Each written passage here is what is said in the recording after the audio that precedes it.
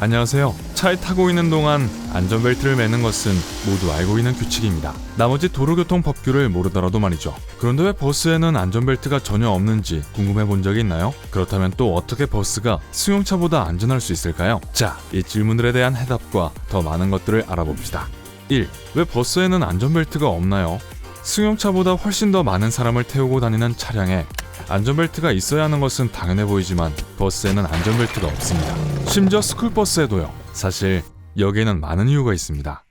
우선 만일의 사태가 발생할 경우 승객들은 버스에서 최대한 빨리 내려야 합니다. 안전벨트를 매면 안전벨트를 푸는데 귀중한 시간을 낭비할 것입니다. 둘째, 버스는 크고 무거운 차량입니다. 도로에는 일반 버스보다 무게가 더 나가는 다른 교통수단이 많지 않습니다. 그래서 충돌할 경우 버스는 승용차보다 훨씬 느리게 정차하게 되고 승객들이 충격을 확실히 느끼더라도 크게 다치지는 않을 것입니다. 버스에 승객들이 서 있는 것을 허용하는 것도 바로 그런 이유에서입니다. 2. 왜 버스 전용 차선이 있나요? 이유는 매우 분명합니다. 다른 대중교통과 마찬가지로 버스도 맞춰야 하는 운행 일정이 있고 대도시에서는 교통체증이 흔합니다. 그래서 교통체증으로 인한 지연을 줄이기 위해 버스 전용 차선이 도입됐습니다. 버스가 체증 없이 시내를 돌아다닐 수 있기 때문에 정류장에 표시된 정확한 시간에 원하는 번호의 버스를 탈 수 있는 것이죠. 안타깝게도 대도시에서조차도 버스 차선이 별도로 갖춰진 도로들이 많지 않기 때문에 여전히 버스가 정해진 시간에 도착하기는 어려운 상황입니다. 3. 왜 버스는 늦게 도착한 승객을 위해 멈춰서 문을 열어주지 않는 거죠? 간단한 대답은 위험하기 때문입니다. 버스가 이미 문을 닫고 정류장에서 몇 미터 떨어진 곳으로 이동했을 때 다시 멈춰서면 도로에 있는 다른 차량들이 어려움을 겪게 됩니다. 게다가 버스가 2차선에서 문을 열어 늦은 승객이 탈 수 있게 한다면 오른쪽 차선의 차량이 지나가다가 우연히 그 사람을 칠 수도 있습니다. 버스를 놓치고 싶어하는 사람은 아무도 없어요. 하지만 병원 신세를 지게 되는 것보다는 낫죠. 4. 왜 기사에게 말을 걸지 말라는 표지판이 있나요? 특히 미국 대도시에서 이런 것을 보게 될 거예요. 자, 이걸 상상해보세요.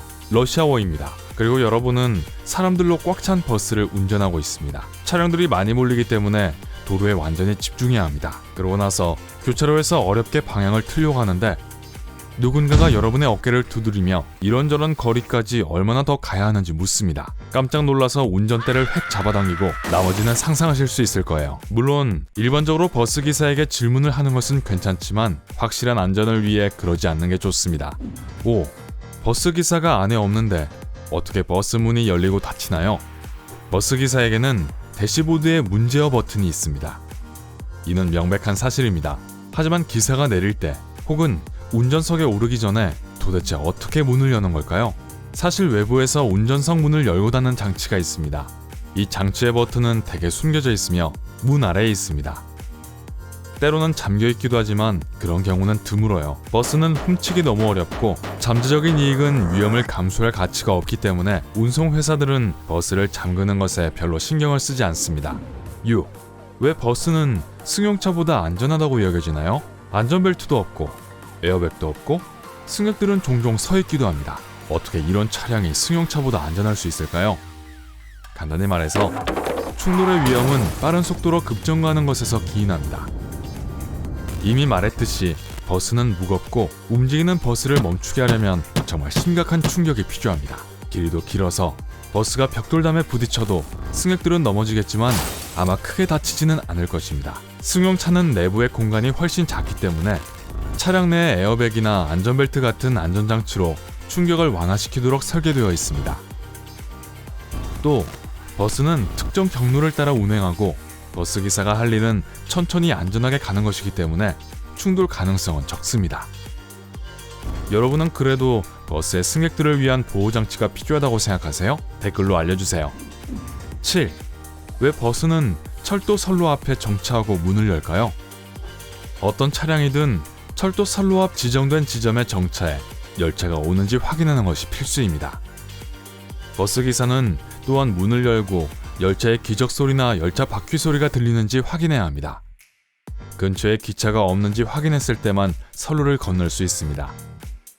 결국 승객들의 안전을 책임지는 것이 버스기사의 임무니까요. 8. 왜 버스 종점은 변두리 험한 동네에 있을까요? 외국의 경우 버스 종점이 되게 평판이 좋지 않은 동네에 위치하고 있는 경우가 많습니다. 그건 우연이 아니고 그럴 만한 이유가 있는데 짐작하셨겠지만 돈 때문입니다. 대중교통 종점은 넓은 땅이 필요하고 대도시의 땅값은 어느 나라를 막론하고 비쌉니다. 그렇기에 운수업체는 차량을 주차하기 위해 공터를 사들일 때 보통 비교적 저렴한 땅을 선택합니다. 좋은 동네가 좋은 데는 당연한 이유가 있고 그곳에 땅을 사려면 분명히 더 많은 비용이 들 것입니다. 이것이 바로 버스 종점이 범죄가 자주 발생하는 험한 지역에 종종 위치하는 이유입니다. 9.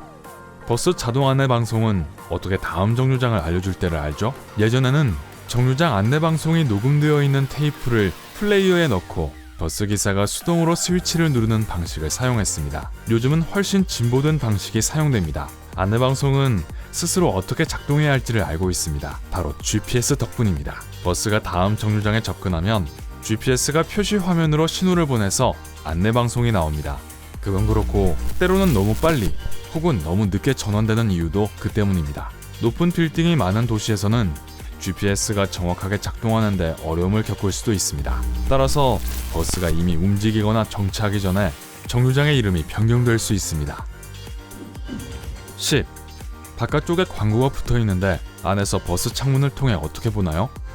여러분은 분명 그런 엄청난 광고가 붙어 있는 버스를 본 적이 있을 거예요. 그렇죠? 하지만 그런 버스에 올라타서 밖을 바라보면 보이는 것은 아주 작은 검은 점들 뿐이고 놀랍게도 거리가 아주 잘 보이죠.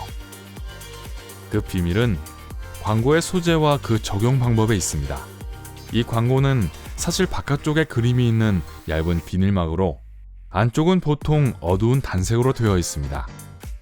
또한 시트의 약 50%가 구멍입니다. 길거리에서 보면 바깥이 밝고 멀리서 보게 되기 때문에 구멍이 잘 보이지 않고 그림이 더 잘 보입니다. 하지만 안에 있을 때는 유리 위의 어두운 비닐 시트보다 바깥의 거리가 더 밝기 때문에 자연히 시트 뒤에 있는 풍경에 시선이 더 집중됩니다. 그리고 방금 말한 그 구멍들이 밖을 더 잘 볼 수 있도록 도와줍니다. 11. 왜 버스 운전대는 지면과 거의 평행인가요? 승용차의 경우 운전석에 앉으면 운전대가 지면과 거의 직각을 이루고 있다는 것을 알 수 있습니다. 하지만 버스 운전대의 경우 정반대입니다. 이것은 버스 구조의 특성과 관련이 있습니다. 운전대는 막대로 차량의 바퀴에 직접 연결되어 있습니다. 승용차의 경우는 앞바퀴가 운전자 훨씬 앞에 위치하고 있기 때문에 그 연결 막대기는 부드럽게 뒤로, 운전대 위로 올라갑니다. 그런 각도에서는 운전대를 수직으로 만드는 것이 더 편리합니다. 반면에 버스에서는 운전자가 앞바퀴의 위에 앉기 때문에 막대가 바로 위로 올라갑니다. 수평의 운전대는 더 많은 지렛대에 힘을 제공합니다. 이미 설명했듯이 버스는 크기 때문에 방향을 트는 것은 어려운 일일 수 있습니다. 12. 왜 버스는 더 공기역학적 형태가 아닌가요? 자동차, 고속열차, 비행기 등 모두 공기주위가 더 자유롭게 흐를 수 있는 형태를 갖고 있어 저항을 줄여줍니다. 그런데 버스는 왜 사각형일까요? 왜냐하면 기본적으로 공기역학적일 필요가 없기 때문입니다. 공기역학은 반대로 이동하는 공기의 힘에 저항해서 차량이 더 빠르게 움직일 수 있게 해줍니다. 하지만 버스는 속도가 빠르지 않고 안전을 더 우선시합니다. 제한 속도가 정해져 있고 최대한 많은 사람을 태울 수 있도록 설계되어 있죠. 승객들로 가득 찬 버스가 지나치게 빠른 속도를 낼 필요는 없겠죠? 그리고 마지막으로 여러분이 버스의 바퀴에 대해 궁금해할지 모르겠어요. 자, 여기에 답이 있습니다. 버스 바퀴는 대굴대굴 굴러가요. 대굴대굴, 대굴대굴. 버스 바퀴는 대굴대굴 굴러가요. 온 동네를 돌아요. 오늘 새로운 것을 배웠다면 이 비디오에 좋아요를 주고 친구와 공유하세요. 그리고 여기 여러분이 좋아할 만한 다른 비디오들이 있습니다. 왼쪽이나 오른쪽을 클릭하고 삶의 밝은 면에 머무르세요.